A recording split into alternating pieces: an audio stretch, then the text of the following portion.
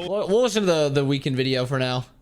Going on, boys and girls of YouTube. So I was planning on doing this for 2 weeks, and I wanted to wait and try to get some timeline down from HI-REZ and see what their real plans were before I did this. So I've made 3 videos, I believe, on Smite 2 and the state, you know, the current state at that moment.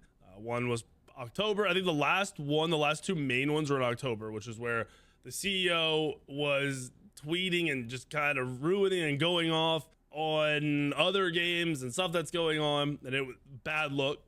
That video has a lot of views. And then I think the day before that, or maybe the day after, I did a video on what's going on with Smite, right? Then I know we reacted to Inbound's video where he's like, Smite 2 needs help. His video, I think a lot of people didn't understand that he's mainly talking about the player base and matchmaking needs to be fixed, but the player base has to go up for matchmaking to get fixed, and it's a whole thing, right? That was part of it. There was a lot of stuff that I was talking about in the video.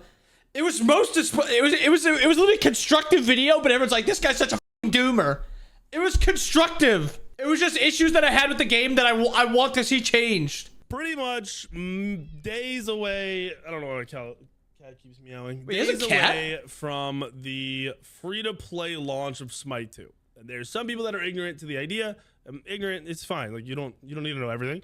Ignorant to the idea that free-to-play is what made Smite Smite. Right? It was the first MOBA on console. It's still really the only relevant MOBA on console. It's free to play. People on consoles tend to be playing on console to save money. Free to play games save you money. So it ends up being a type of game people play, right? Then for PC, people saw the original alpha. It was bad and they didn't want to pay to play the game, and free to play is going to give them the opportunity to try it. Now, with that being said, right?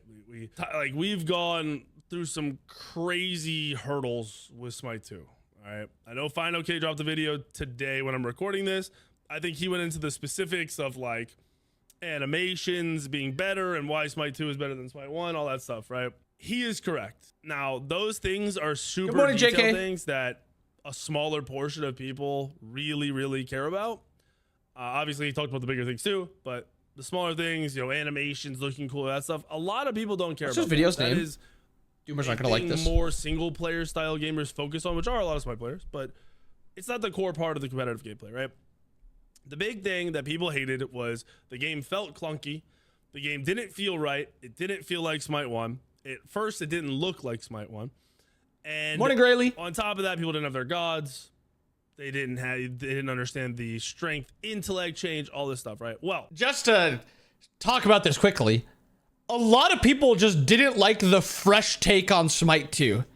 They just didn't like the things that HI-REZ changed. They're like, I want literally Smite 1 on a new engine. That's all they wanted. They did not give a fuck about new characters. They did not give a fuck about the strength and intelligence. They did not give a fuck about, you know, the buff changes, the map, literally none of that. All they wanted was Smite 1 on UE5. Which is the worst idea of all time. Why would you ever do that? But some people wanted that for some reason. It is so smooth that it's to the point where it is very smooth. The game has become easier for lower level players mechanically because of how smooth autos, abilities, everything are. Let's go, Fiv. The combination of abilities are no longer, people call it, we were trying to think of a word on stream, hitches, where not stutters, it's not a lag or anything, but where an ability leads into another ability. Usually in Smite 1 it would have a hitch, like you'd have different interactions, things. In Smite 2 it's just fluid. It's so fluid that I think it is easier to play the game. I understand when he says he thinks it's easier, and like I get what he means in terms of there are very few issues with the game that you have to get used to become a better player, which is genuinely in Smite 1 there were things you had to get used to be a good player. I think the biggest thing with Smite 2, though, is that it's kind of in the same spot that Smite 1 was in right before they reverted the 9.5 patch, where it's just everybody is so tanky, and that for the most part, everybody just kind of fishes for CC. I think it's getting a little bit better now, but like, you played against an Anubis, you try to outplay him, you're winning the 1v1. Oh, he hit his one wrap, and then you're dead. I still think that there's too much base tankiness in the game, because that allows characters like ADCs to go 4 damaging items and then 2 tank items, and then they're the hardest character in the game to kill, and they still one-shot you. Because prots get worse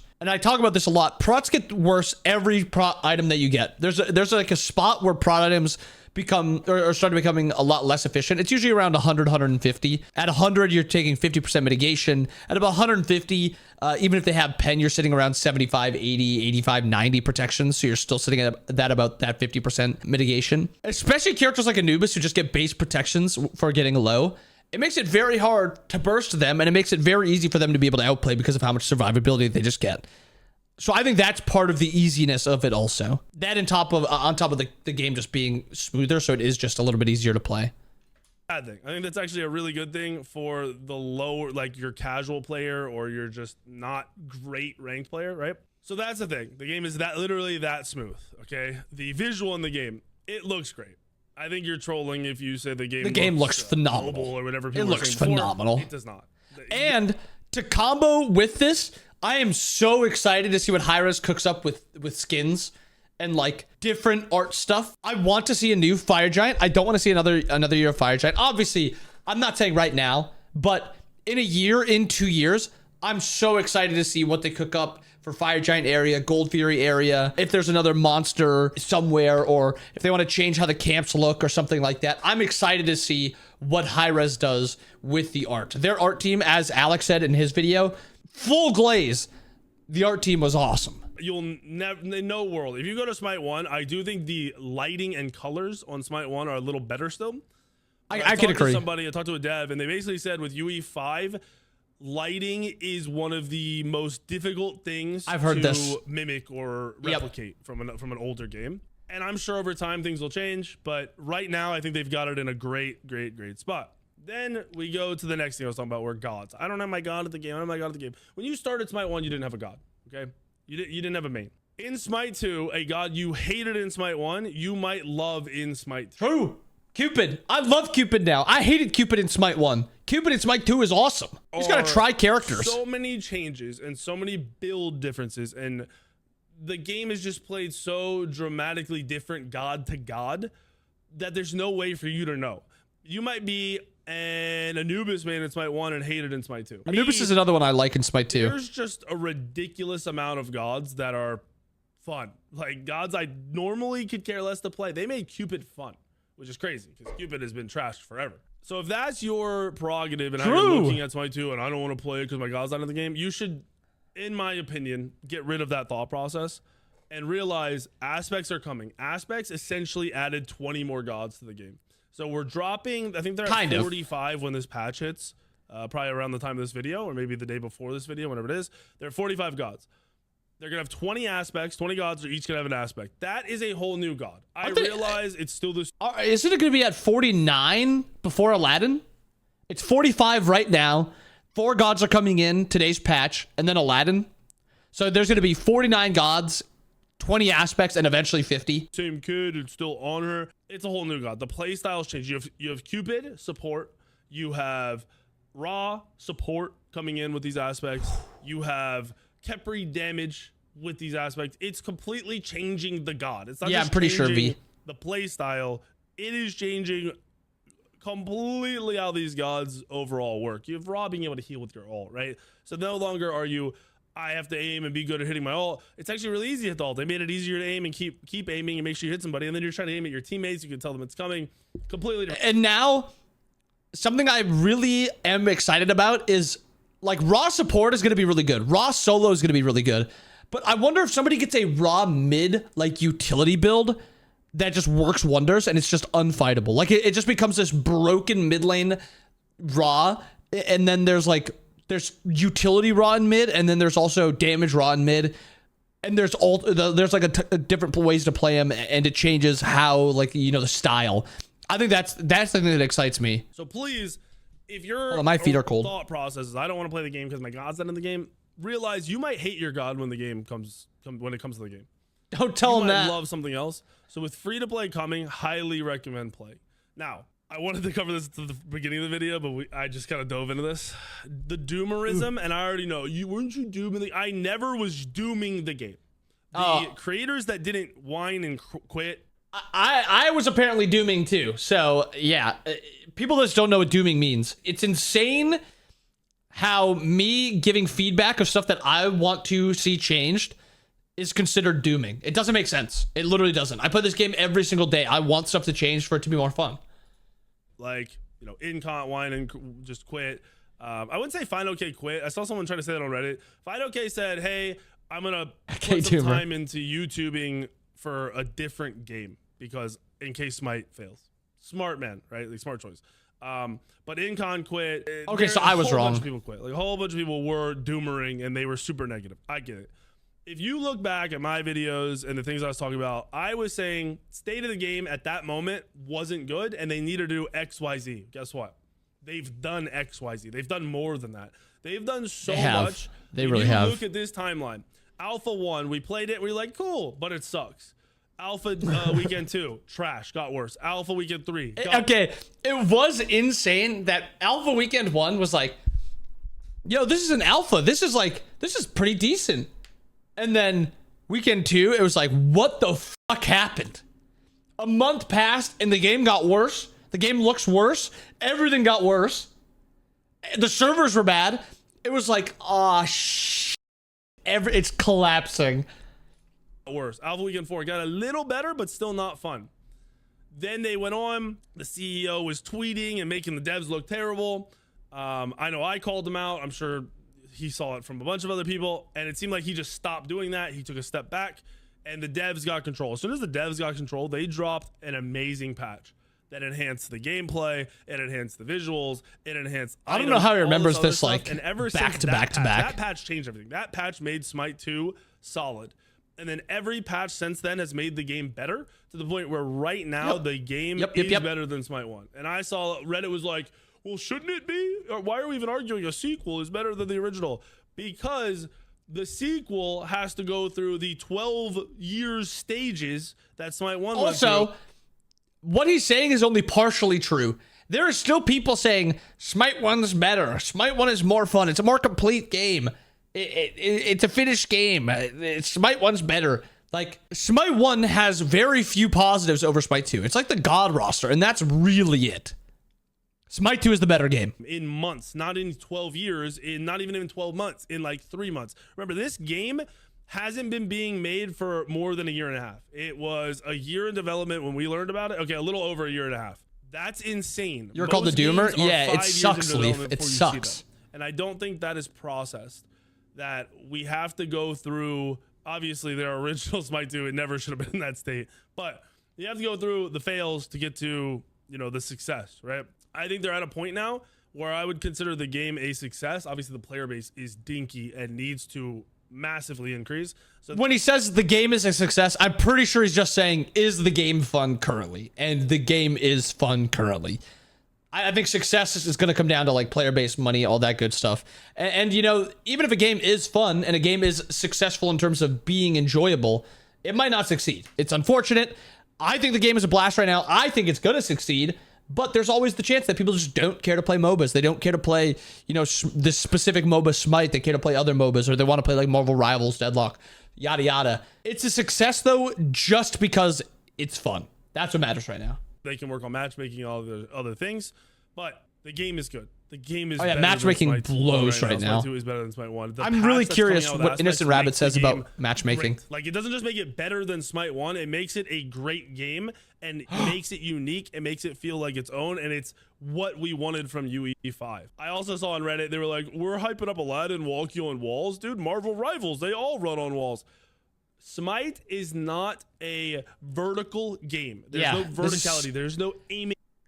This is such a big point that people do not understand. Smite is a very base MOBA. Like, you are... I mean, every MOBA basically is. I mean, Deadlock is kind of reaching into verticality and stuff like that, but you are playing on the base. Gods that go into the air, there's like 2 bases. There's like on the ground, and then there's in the air. Those are the only 2 bases. And it's like... what, 4 gods that go into the air? Realistically, this game is all played on the ground. Being able to like maneuver and play around walls and play like vertically up a little bit more is so much different. It's so much different. I just think a lot of matchmaking isn't in the game right now, Cypress. I've heard it's on, it's off, it's on, it's off. I don't know. Shooters and other games and your Paragons that had verticality. Obviously, shooters are always going to have verticality. That's how those games work. But Paragon, those games failed because they added verticality. It removes a simplicity from the game. HI-REZ managed to add something that feels like verticality because you're going up a wall, but you're not actually. It's a leap. They managed to turn it into a leap. So there's no aiming at them on the wall. It's almost like Hu-Yi's old jump. It's the ground. That is kind unique. That is not only very smart of the devs. I'm not sure nothing. First of all, to create it, then to have the idea to make it that where they don't need to worry about verticality and make it still feel like there is verticality without taking away the simplicity of Smite. That is why that is cool and unique and something to mention. Side for a second of the primer. In a post where people are you thinking my goat? People are also being negative about like the cool stuff. It kind of blows my mind. So to reiterate, Smite 2, we're getting a bigger map in this patch. The map changes are nice. There's a lot of farm. There's a lot to do. It's almost overwhelming. Just to add this into the map, currently I have probably 3 issues with the new map without playing it. 1, there's already too much gold in the game. The economy of the game is so inflated that there's no such thing, and it's kind of like the issue that Smite 1 had, but I think it's even sped up right now. There is too much gold in the game. There's no early game. There's no mid game. You basically just sprint to the late game. That's an issue. The only reason it feels like a little less than Smite 1 is because there's 7 items. If there was 6 items, you would feel like this game is arena. There's way too much gold in the game. Number 2, they have to find a way to balance jungle starters on a map that has a bunch of farm. My worry is the entire game is going to be everyone has Boombas. It's not fun. A lot of the fun of MOBAs is like all lanes kind of play differently. If this patch goes through and Boombas are that good and the farming is that important, that every role just becomes a like farming sprint to camps game, it's not fun. It's not fun. That's my second issue. Third, smaller than the other ones. A lot of the camps and a lot of the big jungle monsters, I just want them to switch it up. I don't like the side camps. I think it just adds too much farm that's not needed. I hate the gold camps around the Gold Fury. I want to see something change in the Gold Fury slot. I think Gold Fury is a horrible mechanic. And I don't mind Fire Giant. I just think Fire Giant needs to have a lot more health. In my mind, Fire Giant is balanced by the fact that not that it does a ton of damage, it's that it's very hard to kill. It takes a long time. I don't care if an enemy ADC or like a Mercury or like a Hyper Carry solos Fire Giant for 45 seconds. That doesn't bother me. If I'm not checking Fire Giant for 45 seconds, that's my bad. My issue is 5 people sprint to Fire Giant, kill it in 10 seconds, not even 10 seconds, kill it in 5 seconds, and there's no counterplay. I don't care that the enemy ADC can sprint to this Fire Giant and he can kill it really quickly, but he'll die to it. I don't care. Fire Giant doesn't need to do damage. It needs to be tanky. It needs to be a beast. Infinite stacking. I've talked a lot about infinite stacking, probably ad nauseum. Infinite stacking is awesome. It is so awesome being able to dominate lane. Like the one reason I really like Surtur, I've jumped all over the place with this one comment, but the reason I liked OG Surtur is I could play 2 ways. I could play to dominate this lane and bully out this enemy solo laner, or I could try the opposite way where I play to get stacks and then I play to just one-shot late game. That is so sick to me. I love that. And then they switched it up where it's like, yeah, you can do both at the same time. Woohoo! And then I hated the character because, he was still an infinite stacker, but it just became boring. Same, Leaf, same. That would be so... Well, I don't even care about infinite stacking. I like the idea of risky items, and I also like the idea of infinite stacking. Infinite stacking, losing half stats when you die. I'm curious to see what would happen with that. Yeah, Doomorb, what's that? Heartseeker was the old one. Also, original Heartseeker was really cool. Yeah, Stormseeker should be brought back. Stormseeker was awesome. Okay, servers are still down. Teaching you and showing you guides on all that stuff. Aspects are coming. If you don't understand what aspects are, you basically pick if you want an aspect on a god before the game starts. It's next to the skins. That's you good. can also auto set it on in like the pre-lobbies. But the aspects are there to take something away from a god and add something to it. So for Ra, your ult and your heal no longer scale off of power, but your heal can be placed on somebody and it travels around with them, and your ult can be aimed all the way through until it hits somebody, and it can heal teammates. It does damage still, but it's a base number. So you're gaining and you're losing. That is what aspects are there for. They're also there to change the playstyle of a god. The Loki aspect, your one no longer does the bleed when you open on somebody, but you stealth a teammate. How valuable that's going to be, I have no idea. But the idea So is there, interesting, though. and they said there's going to be at least one aspect for every god. So they're kind of just adding a second god with the aspect. Also, You know, to add on to that, they have ideas beyond just one aspect for every character. 2 years down the line, there could be 85 gods in the game, 100 gods in the game, and all of them have 2, 3, maybe 4 aspects. Aspects aren't just going to be, there's one other way to play the character. There could be like 3 ways to play 120 something different characters that you also have like builds for and other things that you can you know edit. So aspects can be even bigger than just one each. if they have 130 gods in the game and each god has an aspect, that's in my mind basically 200 plus gods, right? We're getting a massive amount of variety, and you feel like you have choices everywhere right now. Then you get into items. Thank you for the follow, Dash. For a second. Strength and intellect. Me too. I don't. People hate change. Your average person hates change. Yep. However, if you never change, nothing has the opportunity to get better. Now you might be like, well, it can't get worse. It can. Things become dull and stale and boring and just get worse over time. So the item changes, now that we're here, make a ton of sense. At first, I realized it was a little confusing. People are still confused about it. Look, gods do magical or physical damage. That's it. Nemesis does physical, right? Zeus does magical. That's how it is. The gods do either physical or magical. Read the god description. It tells you what damage they do. You cannot change that. And then abilities scale off of strength or intellect. You have to read the abilities to see what they scale off of. That's why Smite source is going to be valuable for you. Guides going to be valuable for you guys to just copy instead of trying to figure out your own stuff. Autos scale off of both strength and int. Strength, 100% of your strength turns into extra auto attack damage. 20% of your int turns into extra auto attack damage. So that's that falafel thing. What was it called? A falafel. Spicy falafel pocket from Starbucks bangs. Holy guacamole. why hybrid builds work for auto attacks as well. It's really not that complicated. It's similar to Smite 1 where you're going to have the best builds. It's not. I'm good, Swiss. How are you? You're not going to make up your own builds in Smite 2 and have it be as anywhere near as good as the right build, as the top tier builds. So please don't go into Smite 2 thinking you can do whatever you want. I've heard that a lot. Like, oh, they said there's no roles. I'm playing low-key support with damage. No, bro. Like, you still have your roles in Smite 2 that are not changed. The game plays very similarly in the team fight aspect where you have your dive, your frontline, your carries, all the same stuff. That is the exact same. That's a good thing. Now, I feel like I've covered enough of the Smite 2 stuff. If you were at all wondering, should you play the game? Yes. If you don't want to spend money, agreed. If you don't mind spending money, if you buy the god pack, you get all the gods forever. So free to play, you will not have all the gods. You'll have to unlock them. You do unlock them every level. Like, I swear people don't get that. To play the game now, you're basically just paying for the god pack. That if you enjoy Smite 1, you enjoy Smite 2, buying the god pack, buying the what's it called? Buying that thing to play the game right now, you're not even buying to play the game, you're buying the god pack. That's all you're paying for. That's literally all you're paying for. You're not paying for the game, you're paying for the gods.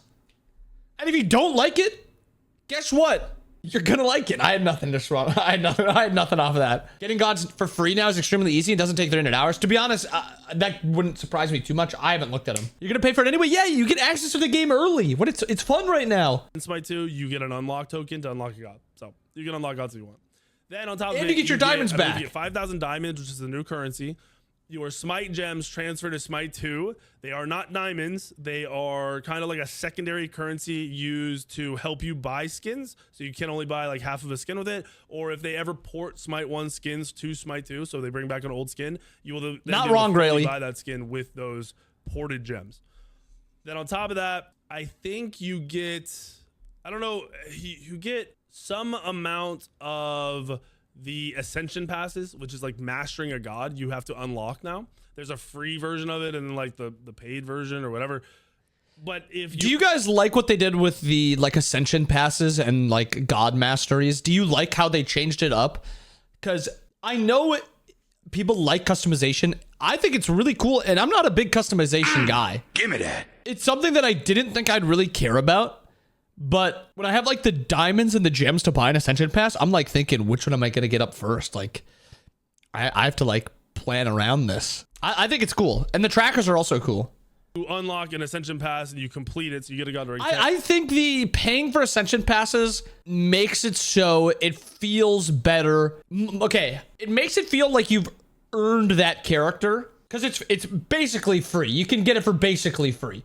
If you play through the entire thing, I'm pretty sure you get 450 gems for every Ascension Pass you get. So if you put 450 gems into the game one time, then this is without buying anything, by the way, you can earn every single Ascension Pass. It's going to take time, obviously, because you're going to have to master every character, but I think it just feels better.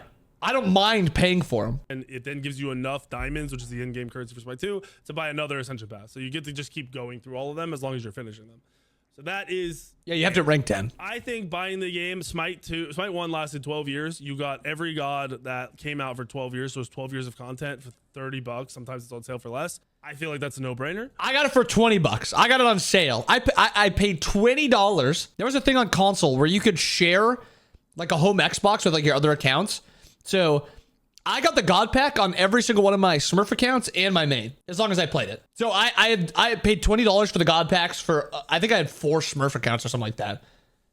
Which is just like, bro, don't expose our tricks. Sorry.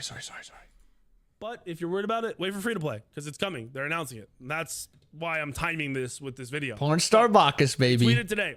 Our next Smite 2 update is going live tomorrow. This is yesterday. So I'm recording this on the 6th. This will go live on the 7th. Today's the 7th. They're also I'm doing on the 7th. a